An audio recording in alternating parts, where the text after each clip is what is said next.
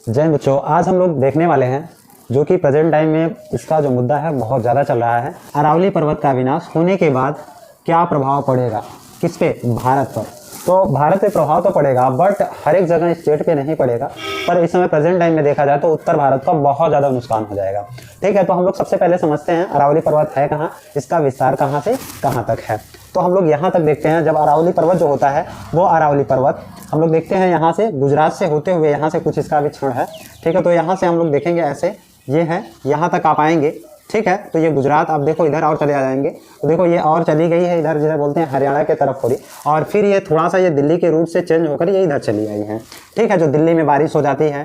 ठीक है, यहाँ पर देखते हैं हम लोग मानसून को, और ये आपका जो इधर है ये देखते हैं हम लोग उत्तराखंड। ठीक है, एरिया को देखेंगे हम लोग, समझेंगे। ठीक है, इसी को हम लोग नाम देते हैं अरावली पहाड़ी। ठीक है, अरावली पहाड़ी में भी बहुत सारी पहाड़ियाँ होती हैं, जिसको इसकी सबसे ऊंची पहाड़ी जो है वो गुरु शिखर है, जो कि ये जो एक प्रकार से अरावली पर्वत आप लोग देख रहे हैं या पहाड़ी देख रहे हैं, ये प्राचीन की सबसे पुरानी पहाड़ी है। और यहाँ पर सबसे पहले इसी पहाड़ी से एक नदी निकलती थी जिसका सरस्वती नाम हुआ करता था। लोग सरस्वती का नाम से, आप संगम और गंगा और यमुना को मिलाकर लोग संगम बोलते हैं, सरस्वती का स्थान ये प्रयागराज के। तो पहले वहीं ही सरस्वती वगैरह भी जो होती थी वो बहती थी, लोग वहीं स्नान करते थे। तो आज हम लोग इसी के मुद्दे की बात करने हैं कि अरावली पर्वत का जो विनाश हो रहा है। ठीक है, सुप्रीम कोर्ट जो है वो आदेश दे चुका है कि अरावली पर्वत की जो 100 मीटर से कम पहाड़ियां हैं वो पहाड़ी नहीं है, जो 100 मीटर से ऊपर की हैं वो अरावली पर्वत की श्रृंखलाएं हैं। क्योंकि जितनी भी छोटी छोटी श्रृंखलाएं हैं वो अरावली के ही नाम से जानी जाएंगी। बात समझ गए होंगे। ठीक है, तो यहाँ से जब इसको हम लोग क्षरण करेंगे तो यहाँ हम लोग देखते हैं। ठीक है, गुजरात और इधर देखिए राजस्थान, एक प्रकार से आप समझ रहे हैं राजस्थान जो है एक प्रकार से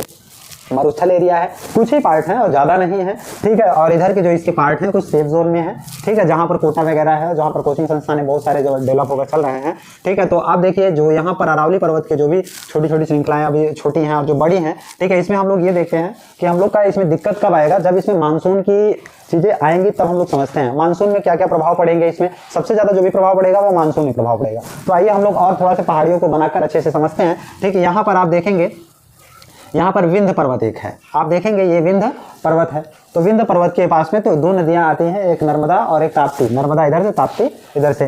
ठीक है, तो अब देखिए यहाँ पर विंध्य पर्वत है। विंध्य पर्वत इधर थोड़ा कहीं छोटे में है, जो महाराष्ट्र में होते हुए इधर से जितनी भी निकलती हैं। ठीक है, ऐसे देखिए जो भी इधर से वर्षा वाली, जो भी इधर से ऋतुवेदों जो भी वायु आएगी ऐसे जहाँ से चल रही है। और देखो अब देखते हैं जैसे यहाँ पर यहाँ से हवाएं आई और ऐसे तो कुछ निकल जाती हैं, जैसे यहाँ से आई तो ये पर्वत से टकरा जाएंगी तो पूरी। अब एग्जाम्पल में आप जैसे समझिए कि अभी मानकर चलिए कि हमको किसी को रोकना है तो हम ढेर सारा लट्ठा ले लें, ऐसे रोक दें तो सारे लोग रुक जाएंगे। अब मानकर चलिए कि उसी लट्ठा को हम सोच करके रोकें तो देखो धड़ाधड़ आकर इसमें उलियाते जाएंगे, तो हम लोग ज्यादा लोगों को रोक नहीं सकते। इसका मतलब है कि जो इधर से जो वातावरण, जो भी इधर से ऋतुएं आएंगी, ठीक है, जो इधर से हवा चल रही है, ठीक है, ऐसे आई और जो बादल ही समझ लो ऐसे आई, इसमें कुछ जो टकराएगी वो रुक जाएगी, उसका वेव स्लो हो जाएगा। मतलब कितनी भी वेव से जा रही है, इधर जो भी पहाड़ है उसे टकरा कर रुक जाएगी, और इधर से चलते चलते आराम से इसका वेव कम होता है और उत्तराखंड होते हुए, ठीक है, तभी देखते हैं उत्तराखंड वगैरह में बादल वगैरह फटते हैं। बादल वगैरह फटता नहीं है, जब यहाँ से रफ्तार से और उच्च लेवल पे जो बादल होते हैं वो जाकर के उत्तराखंड में टकराते हैं। और यहाँ पर एक पहाड़ी है जिसका नाम होता है नंदा देवी पहाड़ी। ठीक है, और नंदा देवी ये जो पहाड़ी है वहां पर ये टकराती हैं, और टकराने के बाद पूरे बादल वहां पर इकट्ठा होते हैं, और जब इकट्ठा हो जाते हैं तो वहां पर ढेर सारी वर्षा हो जाती है। और जब ढेर सारी वर्षा हो जाएगी तो उसी को बोलते हैं कि भैया क्या फट गया है, बादल फट गया है। अब देखिएगा ये सब कैसी प्रतिक्रियाएं होंगी, कैसे समझेंगे हम लोग इसको।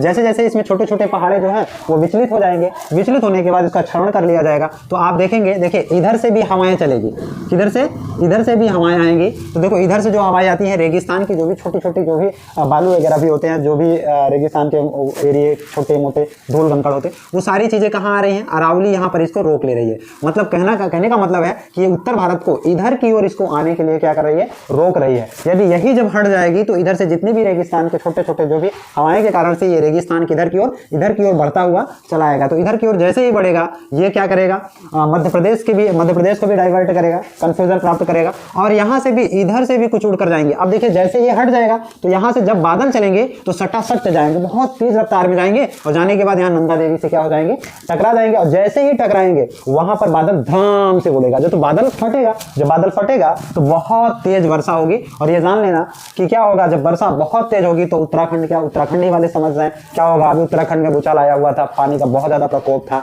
तो रीजन यही होते हैं कि जब ये अरावली पर्वत हटे, अरावली पर्वत का रहना यह है कि यहाँ से जो भी वायु जा रही है इससे टकरा कर क्या हो जाती है, स्लो हो जाती है। तो नंदा देवी में ज्यादा कर धीरे से टकरा कर वर्षाएं कम कर देती हैं। कुछ तो यहाँ से टकरा कर वापस, अब देखो दिल्ली में कभी दिल्ली में बारिश हो जाती है झमाझम। दिल्ली में बारिश कैसे हो जाती है, ठीक है, यहाँ आप देखेंगे ये दिल्ली है, यहाँ पर इसी पर्वत की पहाड़ी है, राय हिल्स पहाड़ी, जहाँ पर हमारा संसद भवन है स्थित है। यहाँ पर देखो ये जो ऐसे मुड़ी हुई है, इसी से टकरा कर जो हवाएं हैं यहाँ पर रुक कर दिल्ली में भी क्या कर देती हैं, तुम्हारा बरसात कर देती हैं, मतलब वर्षा हो जाती है। और जब वर्षा हो जाती है तो इसका चाल धीरे धीरे क्या हो जाता है, नम हो जाता है, और धीरे से जाकर के उत्तराखंड में भी क्या कर देते हैं ये लोग, बरसातें कर देती हैं। अब देखिए जैसे जैसे यहाँ पर बरसात कर देंगे और इसमें क्या दिक्कत आएगी। अब देखो कुछ रेत ऐसे होंगे जो बरसात के मौसम में नहीं, गर्म तरीके से, तो यहाँ से उड़ेंगे। उड़ने के बाद देखिए ये हमारा हिमालय, ये हमारा क्या है, हिमालय है। तो हम लोग हिमालय में देखेंगे यहाँ पर ग्लेशियर जमा हुआ होता है, और जब ग्लेशियर जमा हुआ होगा तो यहाँ से जो इसके कंकड़ है, जो हीट है, जो बालू है, वो उड़ कर कहाँ जाएंगे, ग्लेशियर के पास चपक जाएंगे।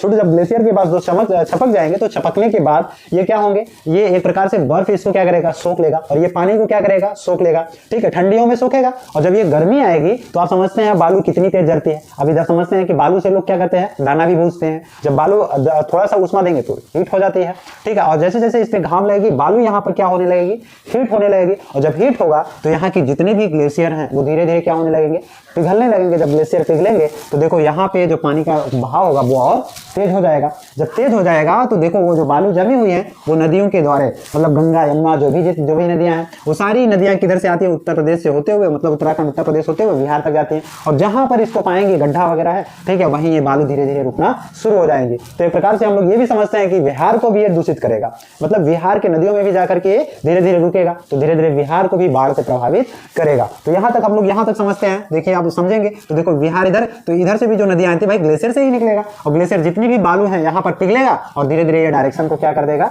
चेंज कर देगा। तो अब यहाँ पर हम लोग बहुत सारी चीज़ों को निकाल रहे हैं, ठीक है। इससे निकालने से क्या क्या दिक्कतें आ सकती हैं। अब ये समझ लो कि जहाँ से आप कानून बना रहे हो वही चीज़ को आप दूषित कर रहे हो, बेकार कर रहे हो, ठीक है। एक समय ऐसा आएगा कि वहाँ पर कानून बनाकर व्यवस्था नहीं होगी, वहाँ कानून बनाने की व्यवस्थाएं नहीं होगी। क्यों? क्योंकि आप इतने रेत, इतने गर्म, इतने हीट जगह क्या बैठ पाओगे क्या। अपनी संसदीय व्यवस्था, अपनी सरकार जो चुनते हैं, जहाँ पर आपने किसी चीज़ का निर्णय लेते हैं, वो सारी चीज़ें क्या हो जाएगी, चेंज हो जाएगी। इससे अच्छा है कि सरकार को, सभी से निवेदन है कि सरकार को और सुप्रीम कोर्ट को कि इसको जितना भी हो सके इसके सेफ जोन में, हमारे प्राकृतिक चीज़ों में छेड़छाड़ ना करे, ठीक है। अनिवार्य तो कुछ भी प्रकृति के द्वारा हो सकता है। और यहाँ पर अभी हम लोग देखते हैं कि इधर जो बोलते हैं, क्या बोलते हैं, इधर मध्य प्रदेश एरिया में यहाँ भी बहुत ज़्यादा वनों की कटाई चल रही है, ठीक है। तो यहाँ पर वनों की कटाई, अब यहाँ पर पर्यावरण कितना तगड़ा दूषित हो रहा है। अब यहाँ पर दिल्ली में देखेंगे, ठीक है, 500 AQ लेवल जा चुका है। AQ मतलब कि एयर क्वालिटी जो होती है वो कितनी जा चुकी है, 500 के ऊपर जा चुकी है, ठीक है। आप सोचो सांस लेने में क्या है, लोग प्रेजेंट टाइम में जिसका जीवन है,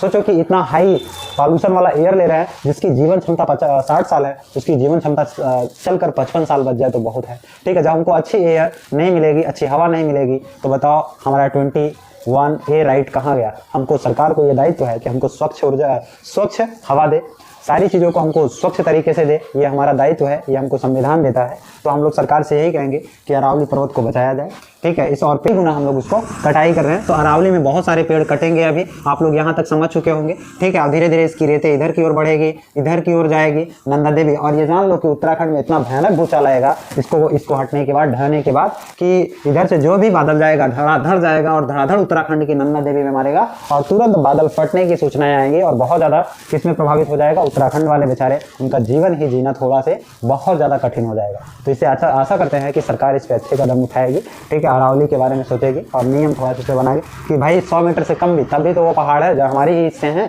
बात समझ गए होंगे भाई, हमारे दादाजी ना होते तो हम ना होते, मतलब अरावली पर्वत ना होता तो ये छोटे छोटे हिस्से भी ना होते इनके, ठीक है। तो यहाँ तक हम समझ चुके हैं। और भी हम लोग अभी इसमें नदियाँ वगैरह भी देखेंगे, ठीक है, कि इससे नदियाँ वगैरह कहाँ से निकलती हैं, कैसे निकलती हैं। तो जो हम लोग मिलेंगे नेक्स्ट वीडियो अरावली पर्वत को। अच्छे से आप लोग वीडियो अच्छे लगेगी तो कमेंट और सब्सक्राइब जरूर करिएगा। मिलते हैं नेक्स्ट वीडियो में।